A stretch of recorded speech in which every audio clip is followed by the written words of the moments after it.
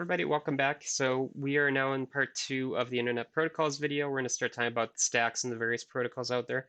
Just a clarification from the last video, so I don't have to re-record the whole thing. I misspoke. I think OSI is going to be Open Systems Interconnection. That was one of those models that we compared TCP/IP to here. I always forget this acronym for some reason, but basically it's just a architecture-independent way of facilitating and enabling communication. So I could apply this to any computing system, basically, and it should work. But just clarification for your benefit. All right, so we have this idea of a network stack. So this is basically the idea behind our various protocols. We're going to have a stack of things that have to happen. So what you see here is actually from, I believe it's the Oracle book that I'm having you read a couple chapters out of. We have a set of layers for how things happen and how data flows. So here we see basically the same thing. We have two network stacks. So we have a sender and a receiver. This could be a server and a client, for instance. Now, don't get super hung up on the information in the boxes inside. These will change based on the protocol. Mainly we want to focus on what a stack is. We have these two systems and they're connected by some sort of network media. Network media is just our connection. It could be like an Ethernet connection, could be Wi-Fi, could be a connection from my home internet to, say, Comcast or somebody to a remote server, basically. The idea is that they're connected in some fashion. All right, so here we're basically showing how information goes from one host to another. So we're going to start at the application layer. This is going to be your, say, user-facing application. If it's a server, it's probably headless, but it's the application running, all right? So we are going to start putting together a packet up here. We're going to go down to the transport layer and start building up our TCP packet, all right? With that, we're going to tack on the IP datagram or the internet layer. So we're basically compositing a message packet to be sent. We're going to go down to the data link layer and tack on a frame. Go onto a physical link layer and tack on a frame. Basically, all of these are going to comprise a packet or set of packets that are being transmitted. This will go out on our network media, where it will be basically unpacked by the host that receives things. Right, so here we're putting something together, a message, which is going to be a series of packets, gets sent over network media, put together at the host layer. We'll be getting into a little bit more of the detail. Again, if you want the nitty-gritty on how each of these layers are put together, it's more of a networking class type of a topic, honestly, but I'll link some more information for you to read as well. Okay, so network stack in general. Again, this is TCP/IP. This could easily be UDP. This could be SMTP.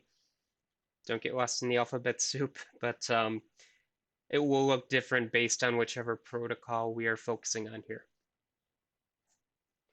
All right, so a protocol stack is basically going to comprise, at minimum, some sort of a network interface where basically we are going to have some method of communication. So this is going to be how we transmit information, right? This could be a local connection, could be Wi-Fi, could be Bluetooth, could be radio. It's just some way of sending data. Hardware specific usually. All right, so this is our physical aspect. Then we're going to have an internet layer. So this is going to be how we route messages, how we determine if they're valid, how we ensure they were delivered, or in the case of UDP, if we care if it's delivered or not, and the protocol that it's going to follow to package things up and be used on the internet.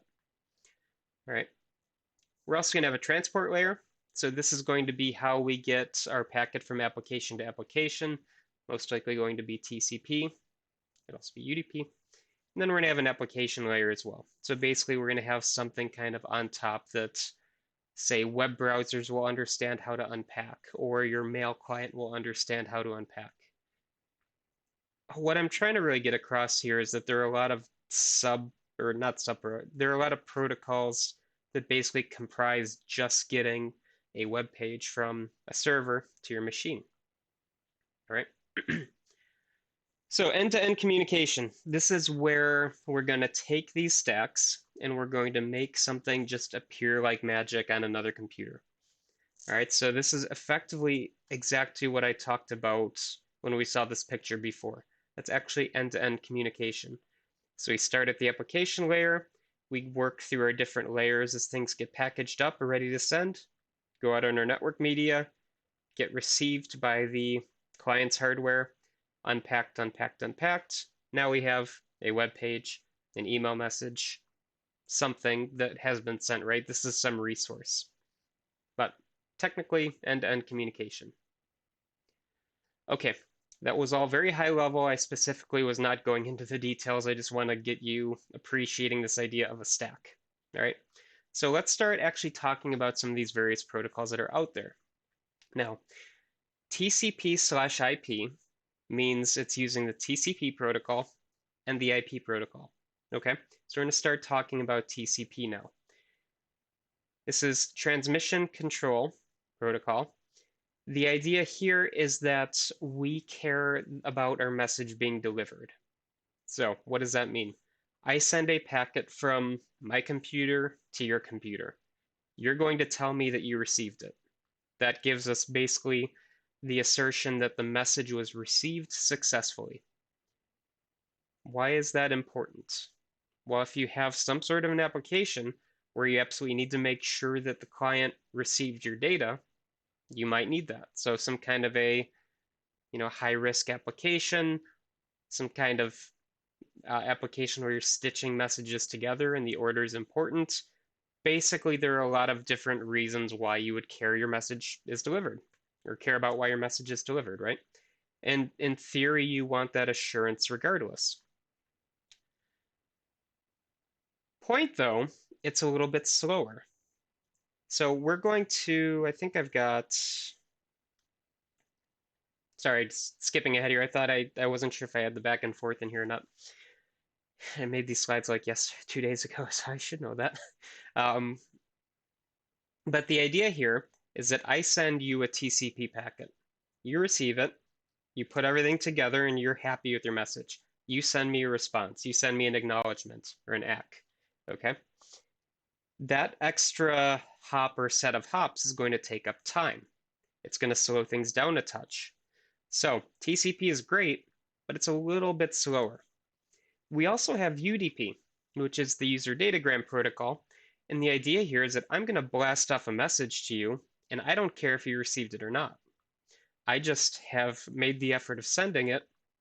Hopefully you get it. If not, oh well. So the idea here is that this is unreliable. It's connectionless.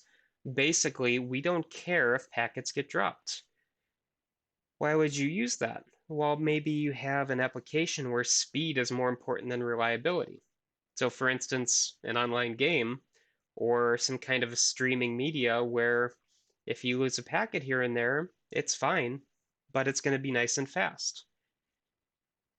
If you have this sort of a setup, you're probably going to have a method for handling lost packets because that's the risk that you're going to take. If you're playing a video game on the internet and you start losing packets, well, your machine, whether it's the server or client or whatever, will have some logic to say, oops, we're missing some packets. Let's extrapolate based on what we missed. And then once data starts coming back in again, we can realign ourselves. That's one more example from the game domain. So we have an object moving across the screen here, right?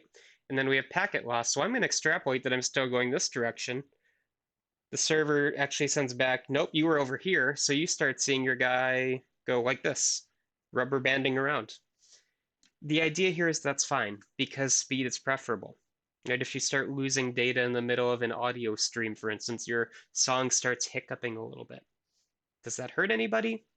It's mildly annoying, but hopefully you've handled that properly, right? So the idea is we're managing things. Do you want it to be fast? Go UDP. Do you want it to be reliable? Go TCP. They're basically interchangeable here. So just to kind of give you a further idea of speed here, these are the headers for TCP and for UDP packets. So don't worry, we're not going to get into the bit fields, or sorry, the bit arrays here for the various header formats. I just wanted to show you from a size perspective. So this is TCP here. In the first 16 bits, we have a source port. Next 16 bits is going to be your destination port. So basically, where is this going on your machine? Okay, what's the sequence number? Has it been acknowledged? And then we get into our data and things of that nature. So we see a much larger packet than UDP. Why is that? Well, there's no acknowledgement. There's no sequence. You're just getting a raw packet. We don't care if it comes back or not, right? So this is going to be a lot smaller to send on a network, meaning it's going to go a lot faster.